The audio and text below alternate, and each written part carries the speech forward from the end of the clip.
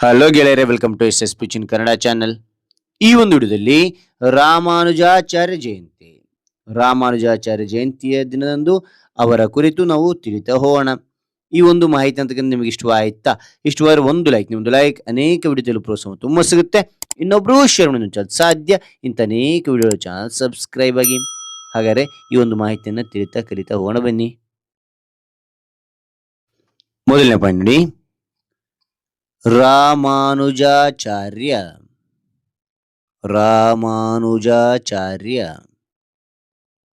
ಒಬ್ಬ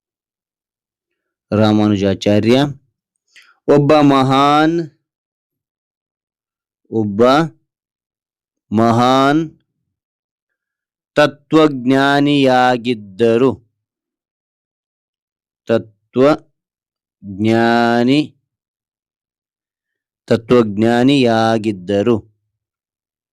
ಓಕೆನಾ? ಮತ್ತೊಮ್ಮೆ ನೋಡಿ, ರಾಮಾನುಜಾಚಾರ್ಯರು ಒಬ್ಬ ಮಹಾನ್ ತತ್ವಜ್ಞಾನಿಯಾಗಿದ್ದರು. ಎರಡನೇ ಪಾಯಿಂಟ್, ಅವರ ಜಯಂತಿ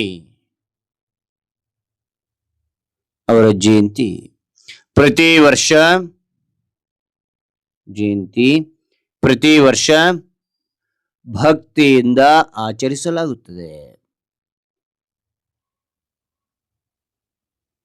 ಓಕೆ, ಭಕ್ತಿಯಿಂದ ಆಚರಿಸಲಾಗುತ್ತದೆ. ಅದಾದ ನಂತರ ಮೂರನೇ ಪಾಯಿಂಟ್, ಅವರು ಕ್ರಿಸ್ತಶಕ 1017ರಲ್ಲಿ ಶ್ರೀ ಪೆರಂಬದೂರಿನಲ್ಲಿ ಜನಿಸಿದರು.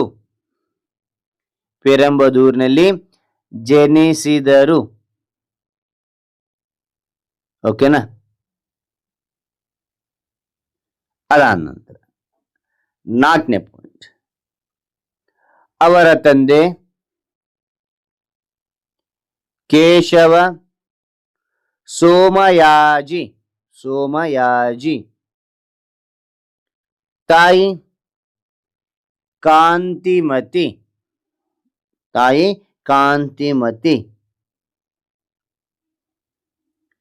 ಐದನೇ ಪಾಯಿಂಟ್, ಅವರು ವಿಶಿಷ್ಟಾದ್ವೈತ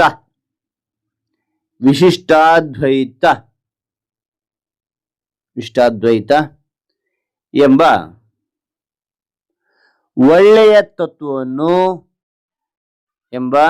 ಒಳ್ಳೆಯ ತತ್ವವನ್ನು ಹೇಳಿದರು. ಮತ್ತೊಮ್ಮೆ ನೋಡಿ, ಅವರು ವಿಶಿಷ್ಟಾದ್ವೈತ ಎಂಬ ಒಳ್ಳೆಯ ತತ್ವವನ್ನು ಹೇಳಿದರು. ಆರನೇ ಪಾಯಿಂಟ್, ದೇವರನ್ನು ಭಕ್ತಿಯಿಂದ ಪ್ರೀತಿಸಿದರೆ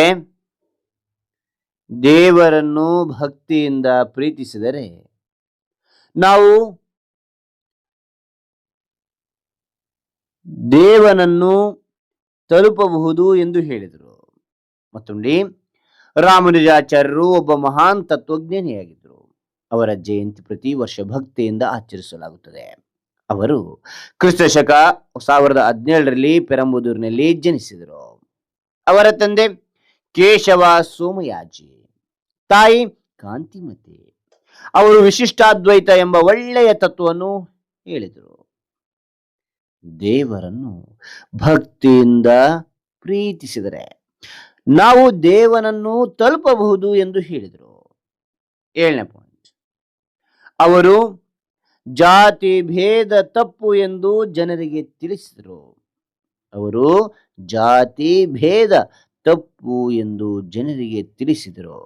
ಎಂಟನೇ ಪಾಯಿಂಟ್, ದೇವರ ಮುಂದೆ ಎಲ್ಲರೂ ಸಮಾನರು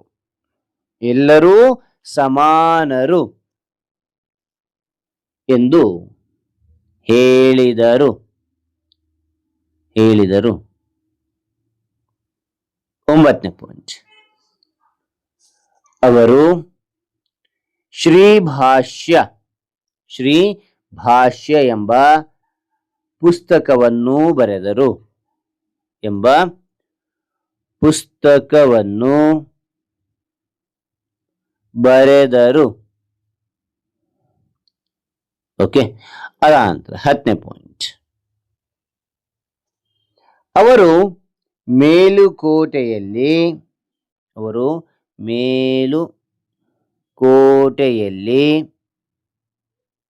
ಹಲವಾರು ವರ್ಷಗಳ ಕಾಲ ವಾಸಿಸಿದರು. ಮೇಲುಕೋಟೆಯಲ್ಲಿ ಹಲವಾರು ವರ್ಷಗಳ ಕಾಲ ವಾಸಿಸಿದರು. ಓಕೆ, ಅದ ನಂತರ ಕೊನೆಯ ಪಾಯಿಂಟ್ 11ನೇ ಪಾಯಿಂಟ್ ನೋಡಿ.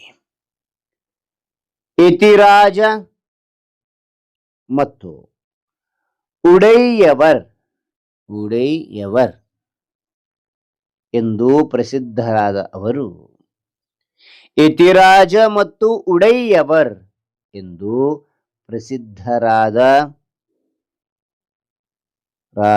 ಅವರು ಕ್ರಿಸ್ತಶಕ 1237ರಲ್ಲಿ ನಿಧನರಾದರು. ಓಕೆನಾ, ರೈಟ್. ಹಾಗಾದ್ರೆ ಈ ಎಲ್ಲ ಮಾಹಿತಿ ಅಂತಕ್ಕಂಥ ಇಷ್ಟವಾದ್ರೆ ಒಂದು ಲೈಕ್ ಅನೇಕ ವಿಡಿಯೋದಲ್ಲಿ ಪ್ರೋತ್ಸಾಹ ತುಂಬ ಸಿಗುತ್ತೆ. ಇನ್ನೊಬ್ರು ಶೇರ್ ಮಾಡಿ ಸಾಧ್ಯ. ಇಂಥ ಅನೇಕ ವಿಡಿಯೋ ಚಾನಲ್ ಸಬ್ಸ್ಕ್ರೈಬ್ ಆಗಿ. ಮತ್ತೊಂದು ಹೊಸ ವಿಷಯದೊಂದಿಗೆ ಮತ್ತೊಂದು ಹೊಸ ವಿಡಿಯೋ ಭೇಟಿ ಆಗ್ತೇನೆ. Thank you for watching.